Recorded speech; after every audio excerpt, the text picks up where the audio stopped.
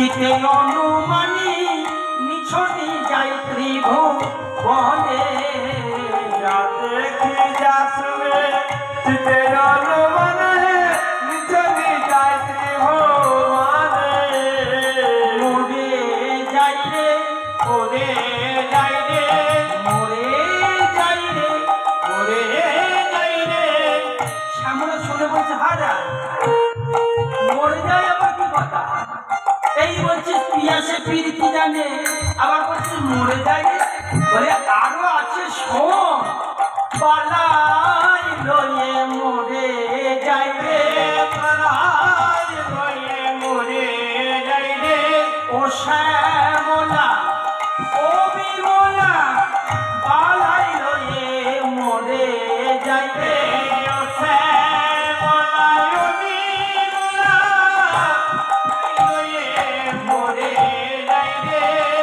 আমি বাড়াই লয়ে মরে যাই আমার বধুর মতন প্রীতি কে জানে তা যা দেখি যা শুনি চিতে অনুমানী নিছনি যায় ত্রিভুবনে তা কি দেখলি কি হলো যাই ত্রিভুবনে কারোর সঙ্গে তুলনা হয় না প্রীতি বলি শোন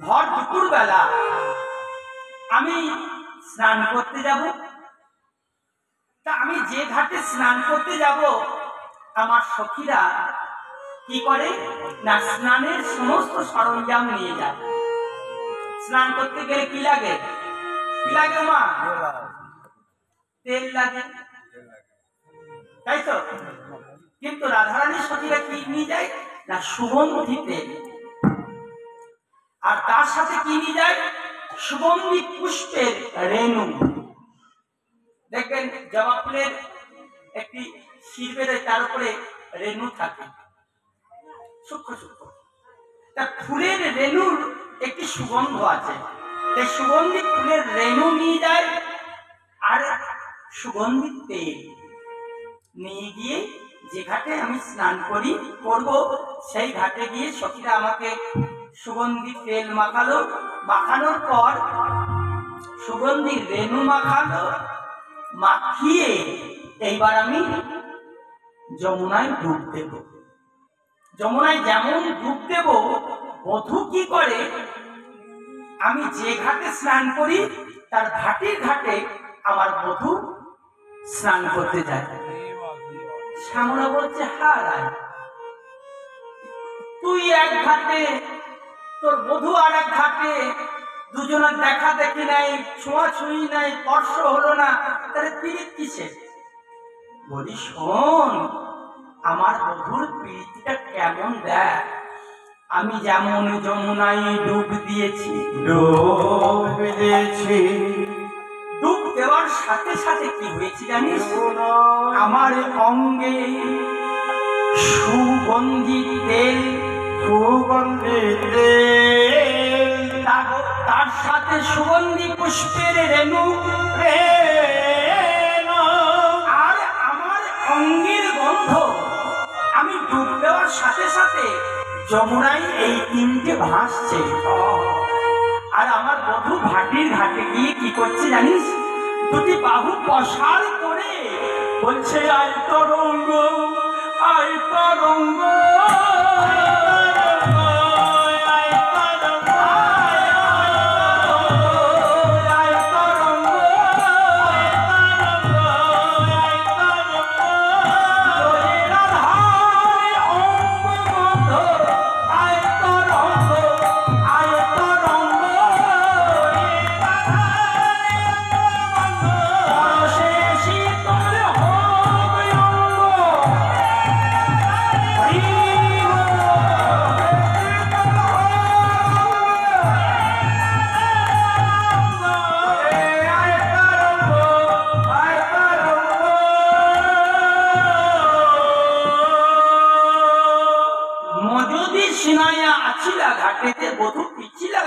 নাই আমার অঙ্গেরও জলেরও পরশ লাগিয়া বাহু পশারিয়া রয়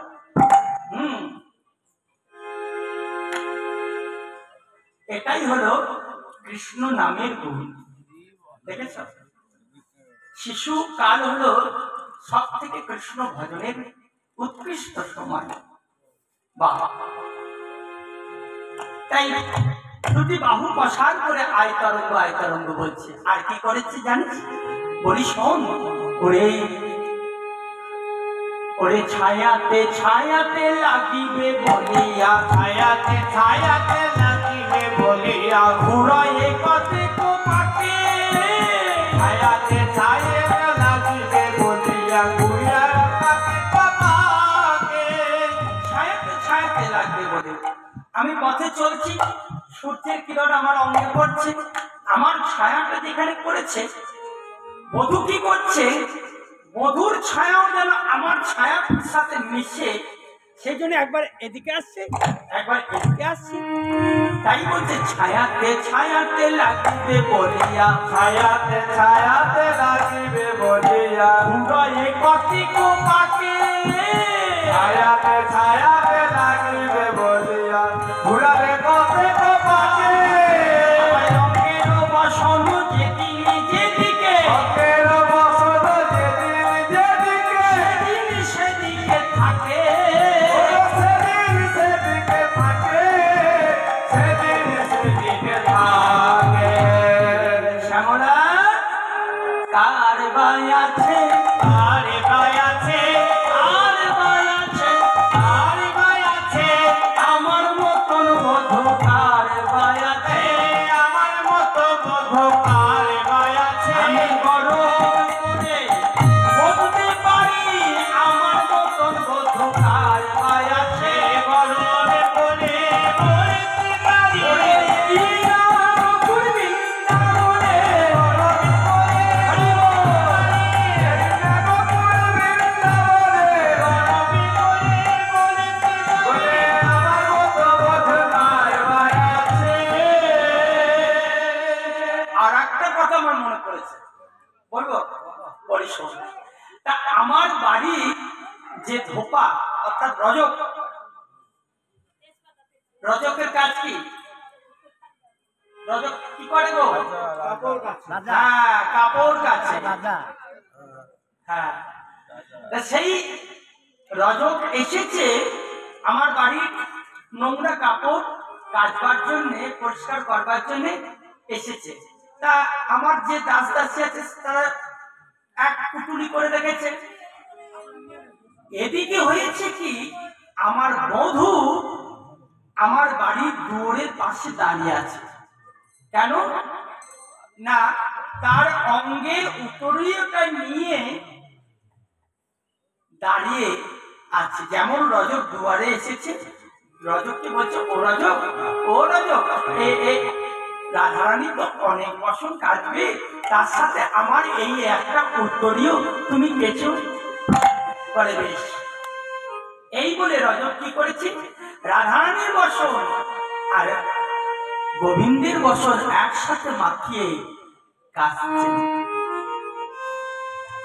বসনে বসন লাগিবে বলিয়া, বসনে বসনে লাগিবে বলিয়া একই রজকি বসনে বসনে লাগিবে বলিয়া একই রজকে পাইলে হইয়া নেয়, আবার নামের পাইলে পরে হরিষ হইয়া নাই, হরিষ হইয়া নাই। আমার বধূ পথে চলছে, পথে চলতে চলতে একটি কাগজের টুকরো পড়ে আছে, ছেঁড়া কাগজের টুকরো। তা সেই কাগজের টুকরোটা তুলে নিয়েছে, নিয়ে দেখছে সেখানে রয়ে আকার লেখা আছে। তা রয়ে আকার লেখা আছে, এইটা নিয়েই আমার বধূ ছুটছে, পথে খোঁজ করছে আর কোথায় কাগজ আছে। সখীরা বলছে হারাই, তাহলে কি তোর বধূ কাগজ কুড়ানি নাকি? কাগজ কুড়াচ্ছে?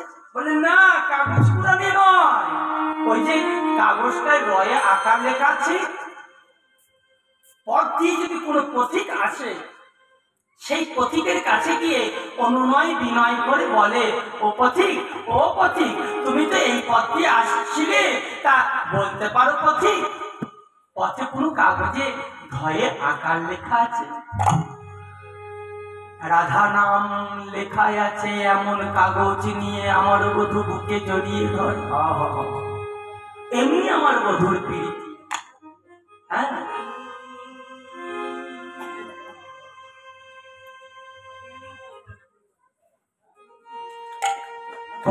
মনেরও আকুতি সন্ধান করিতে কত না সন্ধান জানে, কত না সন্ধান জানে, পদের শেখর রায় শেখর বুঝে কিছু অনুমানে। এমনি ভাবে আজকে বলছেন। আর এদিকে কি হলো, ভর দুপুর বেলা যেমন হয়েছে, ওরে সিনানো দুপুর সময় জানি,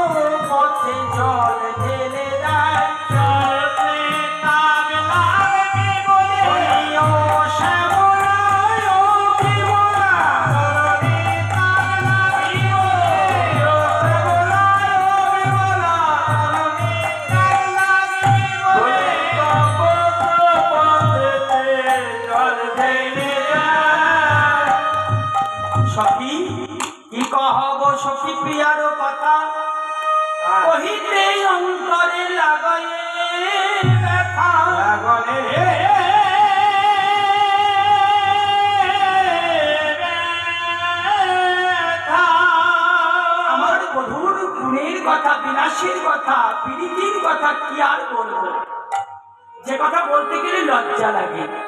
আরে ভাই, কি এমন কথা বলতে লজ্জা লাগে? বল, আমায় বল। ওরে কাম্বল ভকিয়া দাঁড়ায় পথে, কাম্বল ভকিয়া দাঁড়ায় পথে। কাম্বল মানে কি গো? কাম্বল মানে পান। কাম্বল ভকিয়া দাঁড়ায় পথে, ভকিয়া দাঁড়ায় পথে, কেন বেলে প্রিয়া পাতয়ে হাতে, ওরে হেন বেলে প্রিয়া পাতয়ে হাতে। আমি পান খাচ্ছি দেখে দুটি হাত পাচ্ছে, কত অনুনয় বিনয়ী হয়ে হাত পাচ্ছে। আর কি বলছে জানো? একটু প্রসাদ দাও রাই, প্রসাদ দাও রাই, প্রসাদ দাও রাই, প্রসাদ দাও রাই। শ্রীচরণের দাস আমি, প্রসাদ দাও রাই, শ্রীচরণের দাস আমি, প্রসাদ দাও রাই। আমি মুড়মুড় ভাবলাম, হায় হায় হায়, জগৎ বল্লভ আমার প্রাণবল্লভ, সে আমার, আমি একজন দাসী, এই দাসীর প্রসাদ কামনা করছে। এটা লোকে দেখলে কি বলবে? এই বলে আমি আর সেখানে থাকলাম না, আমি ঘরের পথ ধরলাম। ওই যে জল ঢেলে দিয়েছি, কাদা হয়েছে, আমি যেমন এক পদ দুই পদ করে যাচ্ছি, চরণে ছাপ পড়েছে। আর আমার বধূ কি করেছে জানিস? ওরে প্রতি পদক্ষেপে চুম্বয়ে গান, প্রতি পদক্ষেপে চুম্বয়ে গান, কি পদক্ষেপে চুম্বন খান। ওরে না দেখিয়া কলি ব্যাকুলে পরাণ, না দেখিয়া ব্যাকুল পরাণ, না দেখিয়া ব্যাকুল পরাণ। কি সুখ পাই রে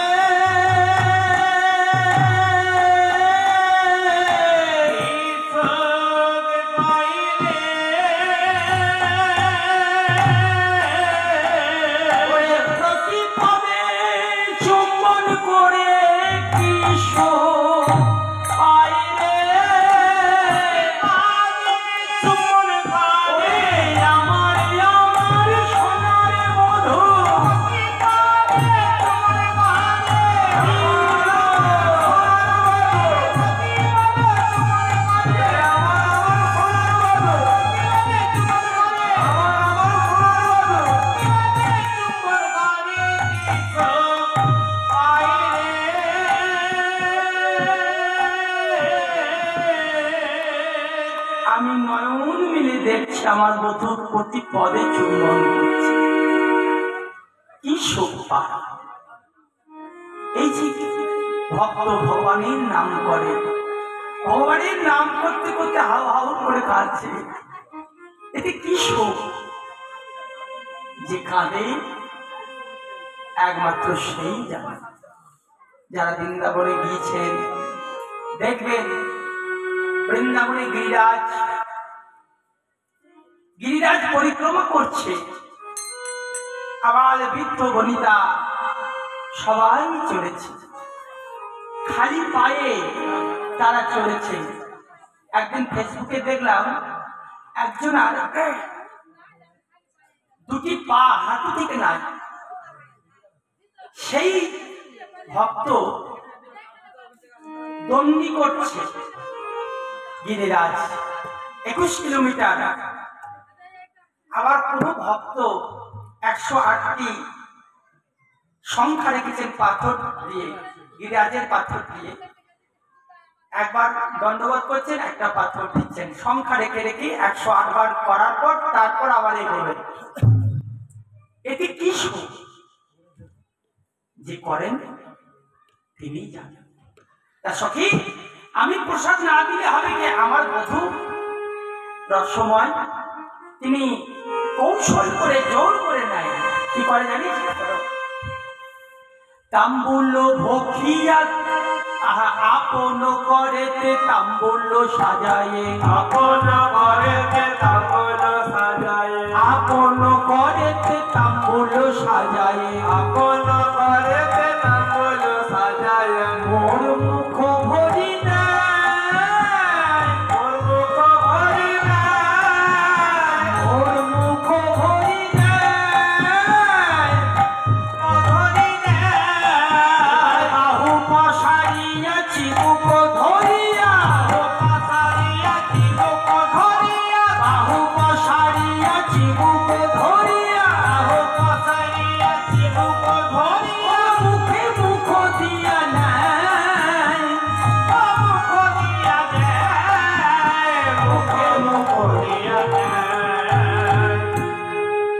অধরে অধর মিশায়, আধরে আধারে মিশায়, অধরে অধর মিশায়, আধরে আধারে মিশায়। অধরামৃত পাওয়ার আশায়, অধরে অধর মিশায়, অধরামৃত পাওয়ার আশায়, ওরে আমার ওরম সখী, অধরামৃত পাওয়ার আশায়, ওরে আমার সখী, অধরামৃত পাওয়ার আশায়, অধরে আধারে মিশায়। মুখে মুখ দিয়া নাই। এমনি আমার বধূর প্রীতি, এমনি ভাবে কৃষ্ণ বধূর বিলাসীর কথা বলতে বলতে অঙ্গ অবশ হইল। অঙ্গ সেবা পরায়ণের সখীরা ঈষৎ উষ্ণ জল দিয়ে রাধারানী আবার চৈতন্য বাড়ালেন। এই সকালবেলা হলে রাধারানী আসেন মানস সরোবরে স্নান করতে। এটা কোথায়? না, নন্দালয়ের উপর দিয়েই, নন্দালয়ের সম্মুখ দিয়ে যেতে হয় মানস সরোবর।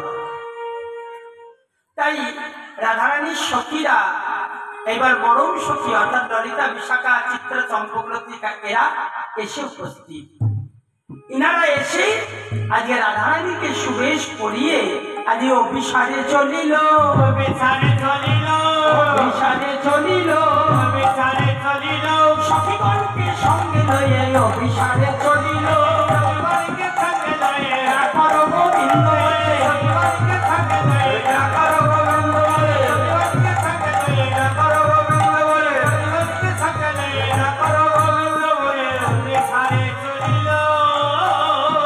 আজ অভিসার করলেন। যেমন নন্দালয়ের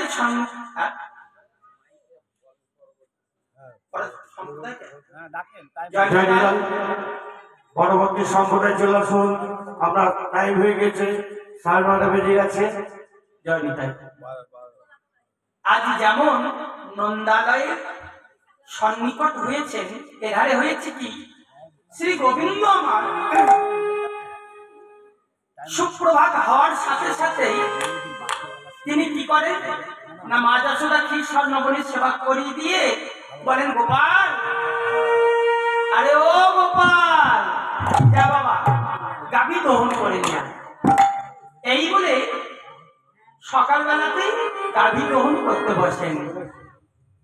হ্যাঁ, যেমন গাভী দহন করছে, শ্রী রাধার বদন চাঁদেরি ফুলালো, শ্যাম নয়ন চকর ছন্দ বন্দ বিনু ধবলি ধাওত বাছুরি করত হিকর, এখন তো হত মুগ্ধ মুরারি,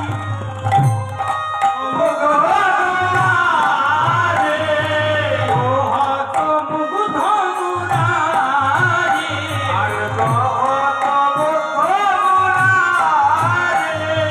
ছোট হি ছোট অঙ্গুলি গতাগতি, হেরি হাসত ব্রজনারে,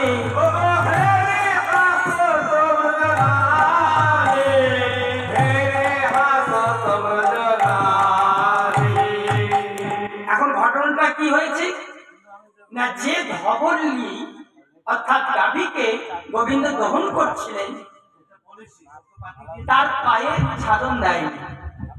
এখন হয়েছে কি, সাধন না দেওয়ার জন্য গাভী মা যোগমায়ের লীলায় কি হয়েছে, তার বাছুরটাকে নিয়ে এগিয়ে গেছে। বাছুর এগিয়ে চলে গেছে, গাভী এগিয়ে চলে গেছে, কিন্তু রাধারানীকে দূর থেকে গোবিন্দ দর্শন করছেন আর এদিকে দহন করছেন, কিন্তু গাভী নাই, বাছুর নাই, তথাপিও ছোট হি অঙ্গুলি করত গতাগতি, হেরি হাসত ব্রজ নারী। সখীরা সবাই হাসছে আর মনে মনে ভাবছে, আরে এ কি রামদেবের নতুন ব্যায়াম শিখাচ্ছে গোবিন্দ নাকি, এরাম এরাম করছে। তাতে কি হচ্ছে দেখছেন, সখীরা হাসছে, তাহলে কি কোনো অঘটন ঘটলো? তারপরে মনে মনে ভাবছেন, তো আমার তো গাভী নাই, বাট নাই, দুধ পড়ছে না, তাহলে কি করা যায়? সামনে একটি ধবল ছিল, ধবলটাকে ইঙ্গিত করছে, আয় আয় আয় ধবলি, দেখছিস না? সখীরা হাসছে, যেমন ধবল এসে দাঁড়িয়েছে, ধবলের পায়ে সাধন দিয়েই আজ গোবিন্দ দহন করতে গিয়েছে। ধবলিক ভরমে ধবল পদে ছান্দই, হেরি হাসত আজকে গোবিন্দ দাস হেরি ভোর। যেমন এমনি ভাবে ধবলেরকে আজকে ধবলি ভেবে দহন করতে গেছেন।